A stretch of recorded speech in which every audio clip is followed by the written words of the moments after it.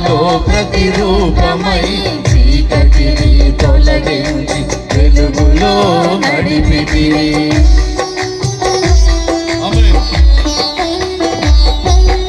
నీ దివ్య రూపం నాలో ప్రతిరూపమై చీకటిని తొలగించి వెలుగులో నడిపితివి.